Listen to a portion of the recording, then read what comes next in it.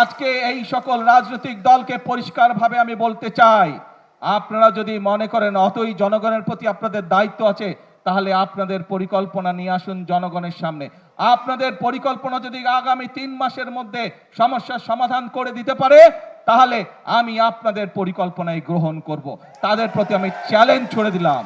যেই বিদ্যুতের সমস্যা রয়েছে, যেই গ্যাসের সমস্যা রয়েছে, সেইটি সমাধানের জন্য তারা যদি সরকার থেকে ভালো কোনো পরিকল্পনা নিয়ে আসতে পারে, যে পরিকল্পনা আগামী 3 মাসের মধ্যে, বাদ দেন 3 মাস, আরো 3 মাস আমি তাদেরকে দিলাম, যদি 6 মাসের মধ্যে তারা সমস্যার সমাধান করতে পারে, তাহলে তাদের প্রত্যেকটি পরিকল্পনা আমরা বাস্তবায়ন করব।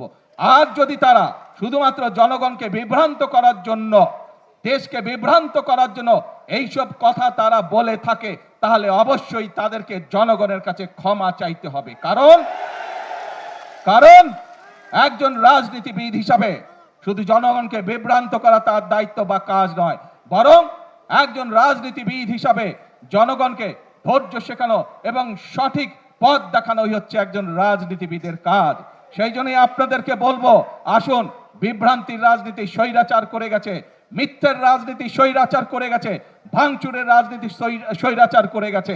আপনারা জনগণের সামনে প্রতিজ্ঞা করেছেন যে জনগণের জন্য কাজ করবেন। আপনারা জনগণের সামনে প্রতিজ্ঞা করেছেন যে আপনারা দেশ গঠনের জন্য কাজ করবেন। কাজেই সেই সব বিভ্রান্ত রাজনীতি বাদ দেন, সেই সব হঠকারিতার রাজনীতি বাদ দেন। আসেন, জনগণের জন্য কি করতে পারবেন, কি পরামর্শ আপনাদের থলের মধ্যে আছে, সেটি জনগণের সামনে তুলে ধরেন।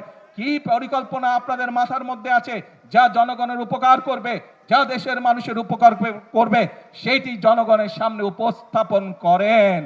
রাস্তায় বসে ভাঙচুর করা, রাস্তায় বিশৃঙ্খলা তৈরি করার দিন শেষ, সেই রাজনীতি শেষ। জনগণ এখন সেই রাজনীতি আর সমর্থন করে না।